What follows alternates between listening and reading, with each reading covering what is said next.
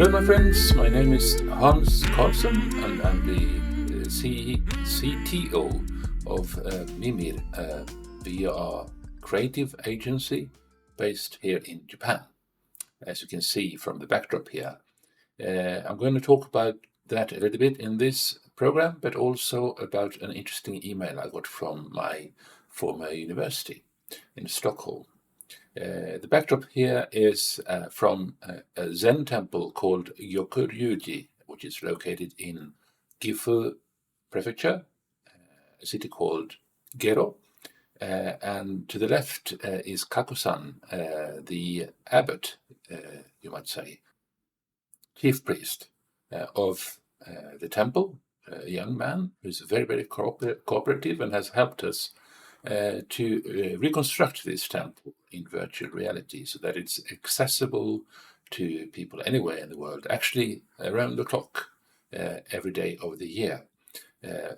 And I have shown you how to access that, but I will put a link in the description here as well. And this letter that I mentioned is a lot about the course that I took at the university, which was East Asian Studies, the East Asian Studies program. And one major problem of such studies, area studies, is that you really need to go to the place that you are trying to understand. In our case, Japan, Korea, and China. You need to go there, you need to spend time, you need to learn the language. For me, it took, I'm on my 34th year now in Japan, and I'm still learning. How can you cut down that time? Perhaps you don't want to spend your lifetime in that country. To learn the language, to understand the culture, and to acquire knowledge useful for employers, for instance, or as an academic. I think we have technology solutions to that that can not replace, but complement real-life experiences in a fantastic way. And I wish we had had those when I went to university. So I'm going to talk about that a little bit. So I hope it's going to be an interesting video for educators as well as for the people who are about to come around to our temple on Monday Japanese time, Sunday American time, to visit this place in an immersive way, perhaps, wearing one of these devices, head-mounted display, which are now thankfully getting a lot lighter and smaller than this, and also very affordable. So I hope some of you will wear that, or some others will come using a PC or something to sort of peek into the world through a PC screen window.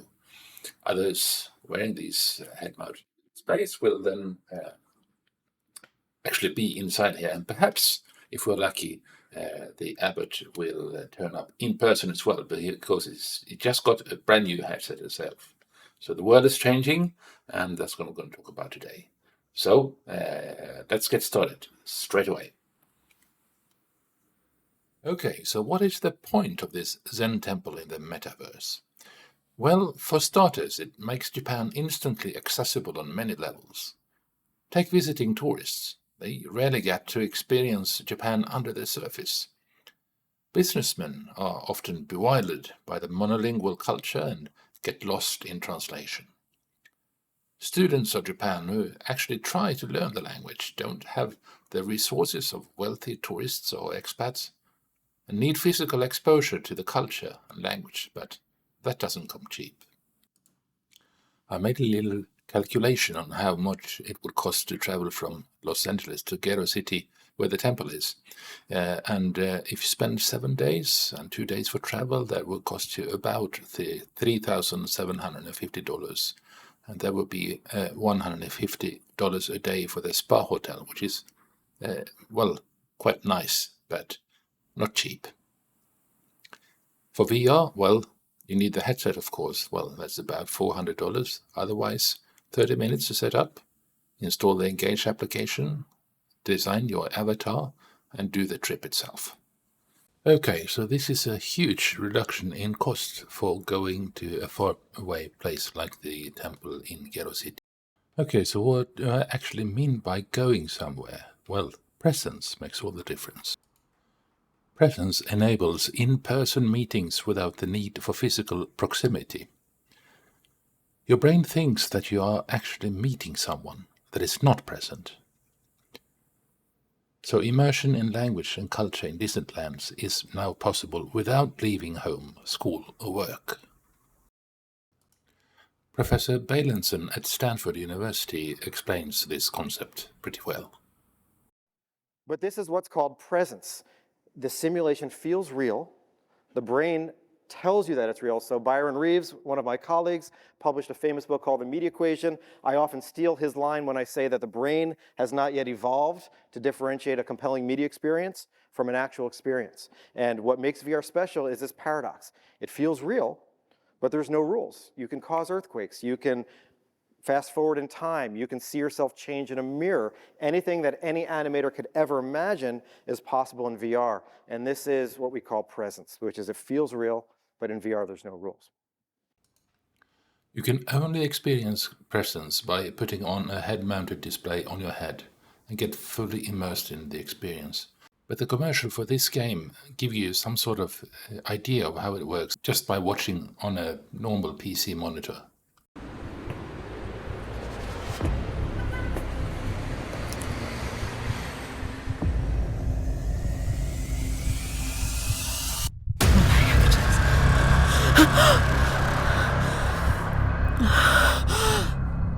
Oh my god, oh my god.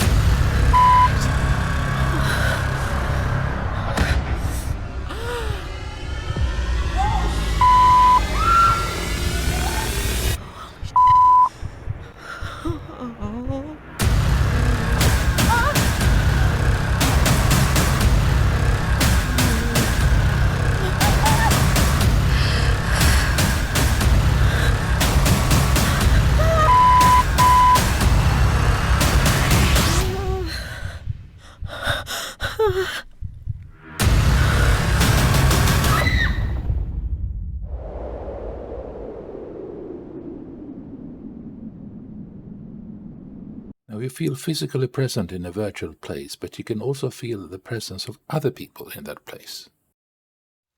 Maybe a bit Osaka bigger, is- yeah.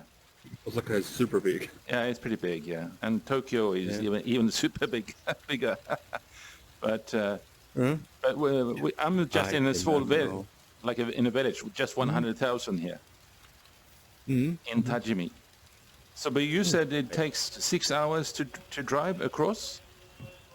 Yeah, because a few years ago, you used to be So what do academics think of this? Can this be used for learning?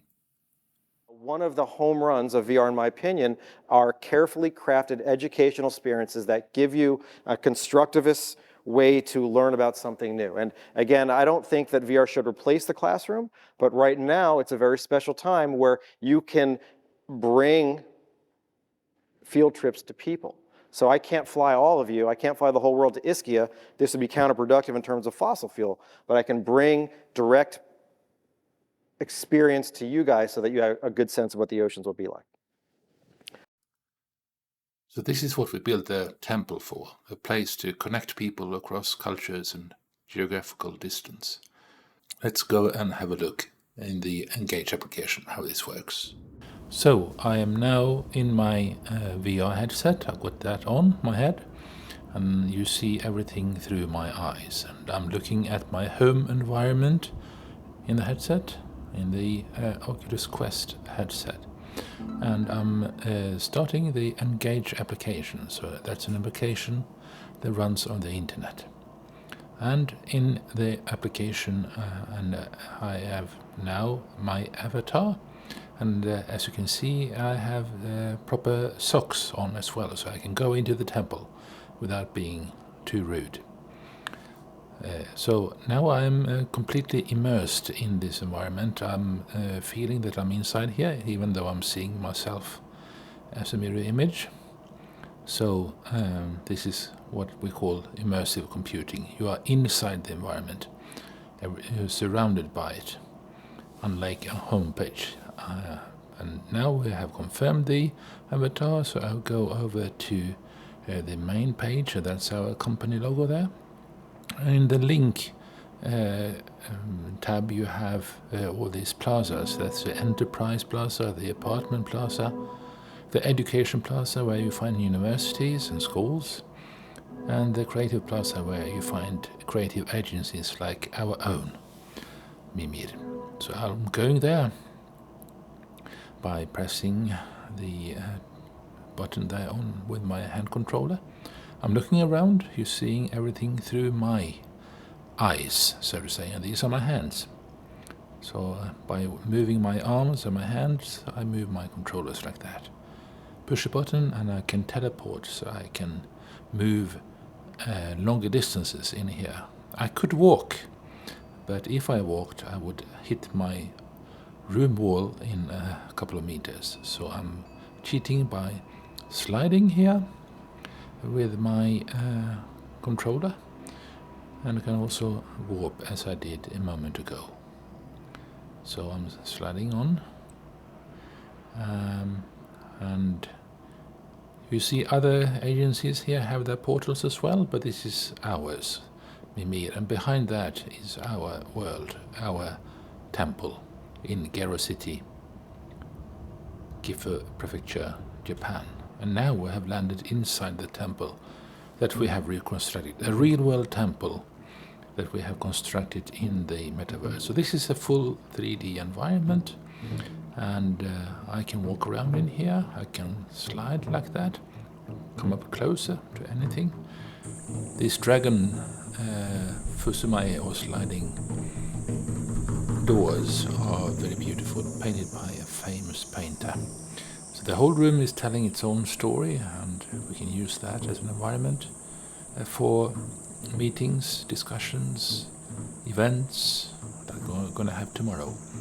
And here I have our start button, and anybody can go in here at any time, just like me, in socks if you want, and push the start button, and that will start the show.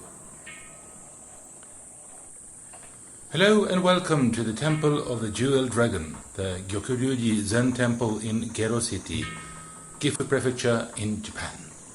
My name is Hans Karlsson. Our company Mimir built this place to be a stage for many different events and performances that will help bring Japan closer to your doorstep. There are so many opportunities for the virtual traveler to connect to this country, and we hope this will be your first stop. Here you will be able to experience a rich menu from the history and culture of Japan, but also meet the Japanese in person. And the first person I would like to introduce is Sasaki Kaku, the chief priest of this temple.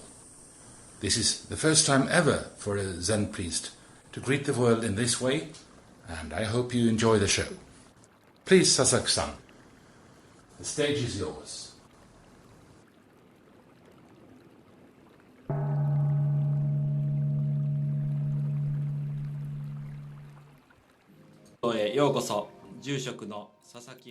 Okay, so from this point, Mr. Hokaku Sasaki, or Sasaki Hokaku, the Japanese way of saying the name, is introducing his temple and the history of the temple. And I'm not going to show you too much of this, because you can play this show at any time, year-round, when you enter the temple. Okay, so that is a solitary experience, but with the big point here for acquiring understanding of language and culture is that you can be in physical proximity with people, despite you being far apart. My point is that this can be a huge boon for language and regional studies. Here is a little glimpse of a conversation we had during a recent event in the temple. これが非常に見栄えがすると。外国人がとてもこういうのは喜ぶということで、どうぞそういうことなら好きにとって好きに使ってくださいと言って撮影がしたのが始まりですね。でそれからこう頑張ってこのメタバース空間を作ってくださって、で今日に至ると。Thanks to the fact that this is computer-generated content, you can, of course, change the environment to be anything. We started quite early on this, working for the Tajimi Tourism Association, and built a tea room environment where we invited people to come and physically or mentally, so to speak, experience the tea ceremony. Actually sitting on the floors in the rooms around the world while I was serving tea as a tea master. Show the idea. So I'll see here if I can hand over to you now and serve this to you. Okay. Then you use your controller, yeah, and you turn it twice. And, oops, yeah. That's probably a major faux pas to drop the teacup onto the ground. Yeah, but it's everything is okay in here. And then you drink with two hands. You just drink it like that. With two hands. Well, it's difficult with this one, but you can use one hand here. And yes, but like I get the idea. Yeah. Right. Okay. Turn it back the other way. And then just... I'm going to make sure this time I don't drop it. Yeah. We did regular events for a few people at a time, but to date we have had 40,000 people visiting our tea house around the clock, and this has resulted in an influx of visitors to Tajimi after the lifting of the COVID restrictions.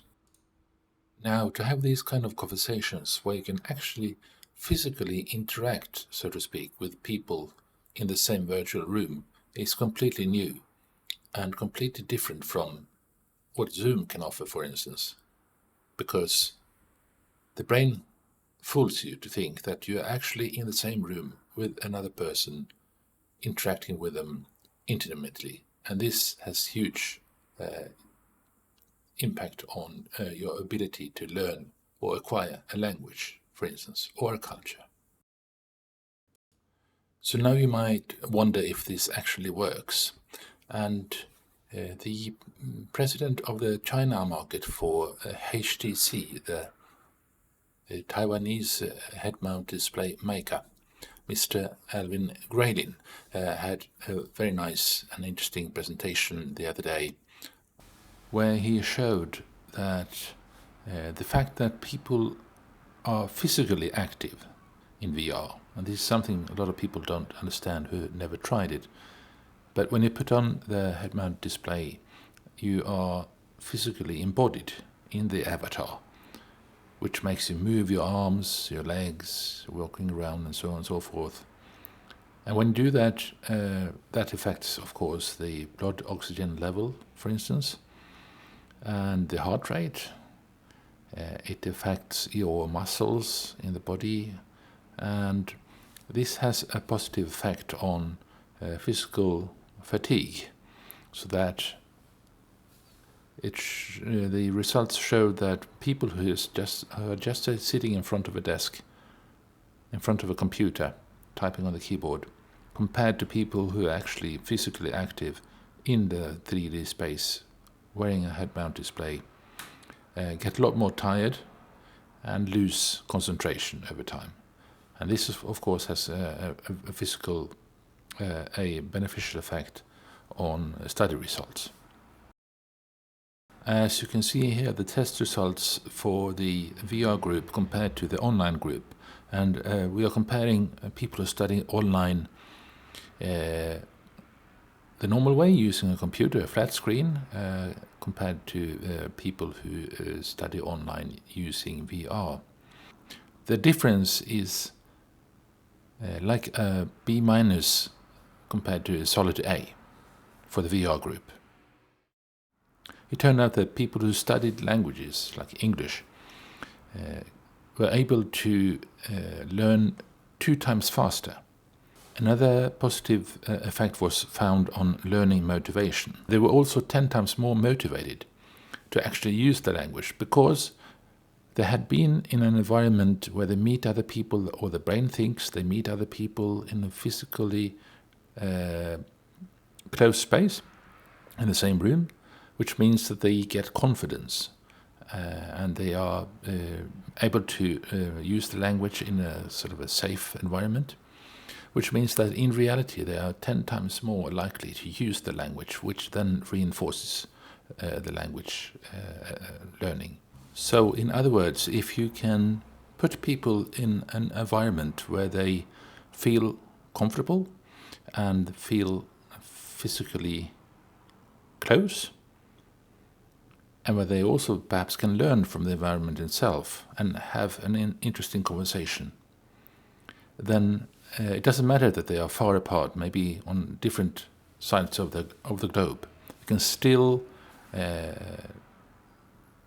draw the benefits of a intimate conversation and immersion in a language and a culture, which is completely unique and new to language studies. So if we go back to the student sitting there in his dorm in Stockholm or somewhere else, trying to learn Japanese or Chinese or language from a culture quite different from his own, where he has to start from scratch. He has to learn all these Chinese characters, and it's all an abstraction. He stands very, very little chance of actually acquiring the language until he goes to the country physically, and that is the crux of the whole thing.